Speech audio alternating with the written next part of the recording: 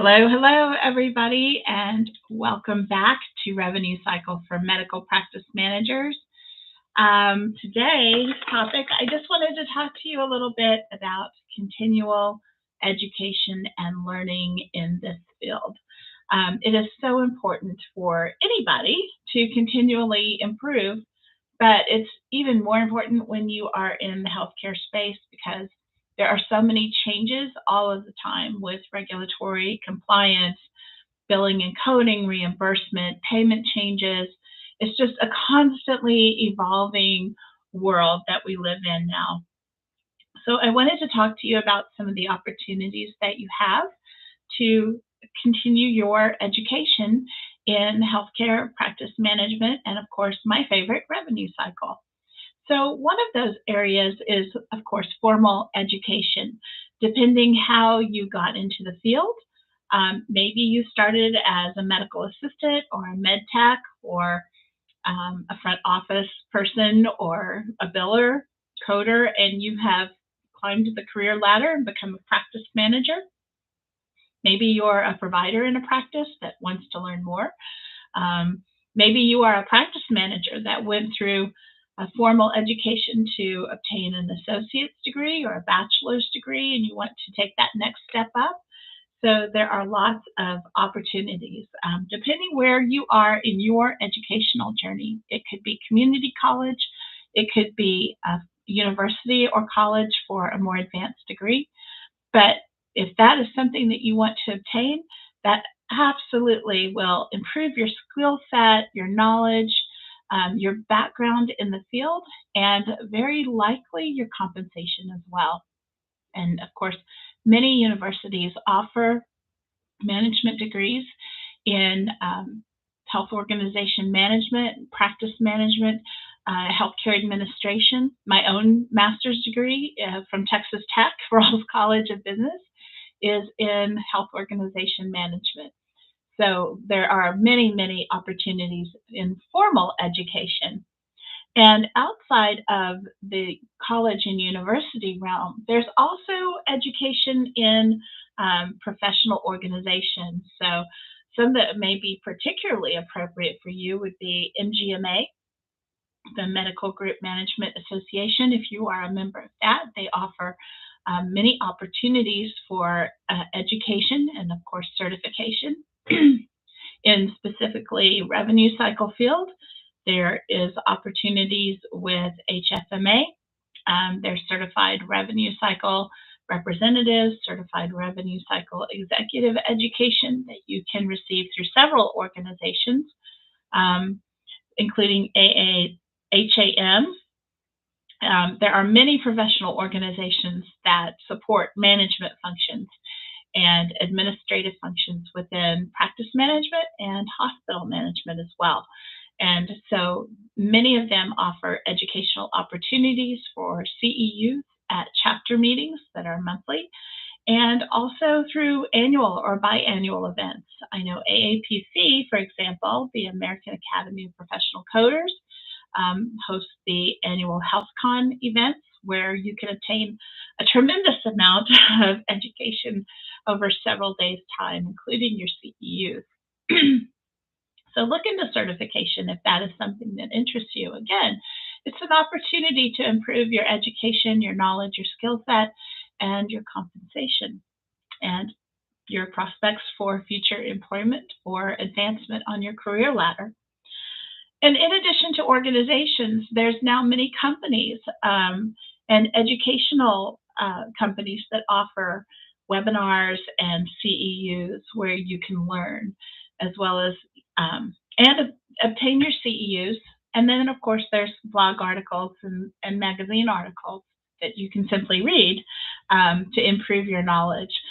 One of the ones that I think is most valuable is Physicians Practice, which is an online magazine. It's a great resource.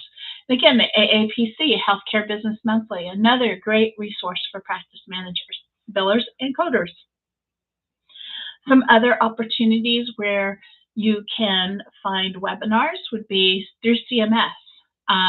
They offer a number of webinars, particularly around Medicare and Medicare topics, which is something that as a practice manager, you absolutely need to know and be aware of what is happening with billing and reimbursement for Medicare. And many Medicaid organizations throughout the country offer educational opportunities, and your payer organizations, your different commercial payers may have webinars that you can attend that provide additional information about that particular payer's policies or processes, or sometimes general education as well. Lots of opportunities there. Another way that you can continue learning in this field is to become a mentor. And I promise you, if you ever mentor somebody, you're going to learn more than you teach, I think, because you have to be able to answer their questions. And sometimes that means that you go looking for the answers.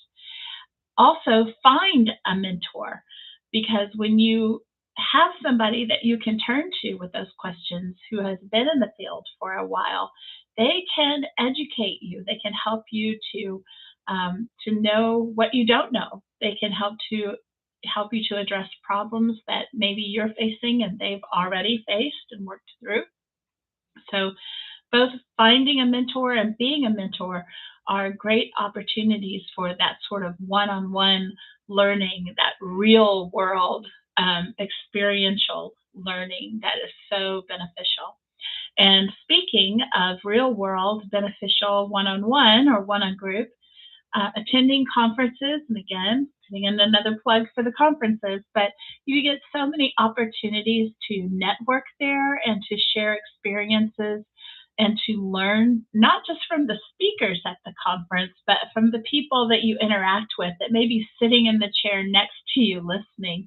Just being able to share that, what's happening in your practice that, again, they may have experienced themselves and can give you some guidance and insight on. So those are great opportunities for you. And finally, well, one more thing before I get to the finally, there are many professional groups on Facebook and LinkedIn that you can turn to ask questions and get advice. And if you turn to one of these groups, I know there's medical practice managers groups on both LinkedIn and Facebook. There's medical coders and billers groups on LinkedIn and Facebook. Look for a group that has great discussion and a lot of interactivity, questions and answers, or somebody who is providing real educational content in those groups that you can learn from.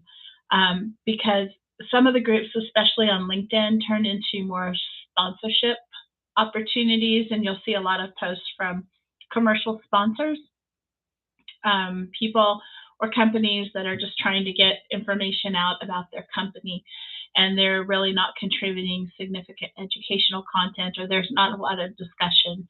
So look for those groups where you can find that education, content, and discussion that you can join in and ask questions. But the other caveat with those groups is to check out the information, because some people in the groups don't always know what they don't know, or they think they know something that really they don't. So it's important to check the answers and make sure that it is in alignment with the standard and best advice from your professional organizations or certifying bodies or your regulatory agencies. Once you have done that and you've vetted the people, you'll find the people who consistently provide those good, solid answers, and they can become informal mentors to you. And then finally, teach. Look for opportunities to teach, because I really know of no other better way to learn about a topic or a subject than to have to teach it, because then you're learning it from this. You're really actively learning it so that you can now go and teach that topic or that subject to somebody else. And you have to research it, you have to understand it, you have to delve down into it until you really get that topic so that you can teach it to somebody else and give them real value. There are many opportunities to teach. Your professional organizations may be looking for speakers at the chapter meetings. great place to volunteer. Volunteering to speak at an event with your company or your practice group or your hospital. Again, great opportunities to teach and share your knowledge. And even in your big, again, professional meetings, I know it can be a little bit intimidating to stand up in front of a big group if you don't consider yourself to be a public speaker, but it's a skill that can be learned like any other skill. And I encourage you to try it, maybe step out of your comfort zone if it's something you've never done before, but consider teaching. Teaching topics is it's a great way to grow in your career and to increase your knowledge and skills.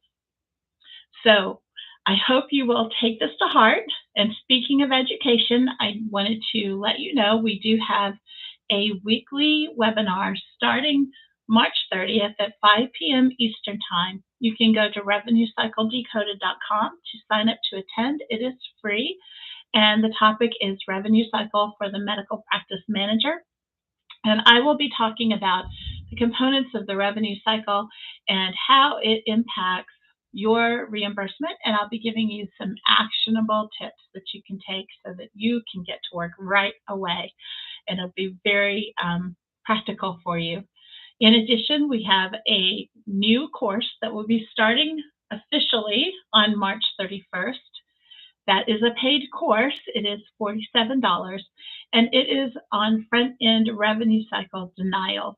So if you are in a practice and you are getting denials and you think they might be coming from the front end of your revenue cycle, this course will help you to identify, manage, and most importantly, prevent those types of denials. It's going to provide you with some real value to help you increase your profit margin and your cash flow in your practice. So I hope you will join us for the webinar and for the course. In addition, I want to remind you that I do have a podcast. We have 2 episodes up about the No Surprises Act, and there will be another episode coming soon, specifically on how the No Surprises Act and good faith estimates impact you in the medical practice world. So I hope you will join us. Find me on LinkedIn, Revenue Cycle for Medical Practice Managers, or find me on Facebook, Revenue Cycle Decoded. I look forward to talking to you soon. Have a fantastic day.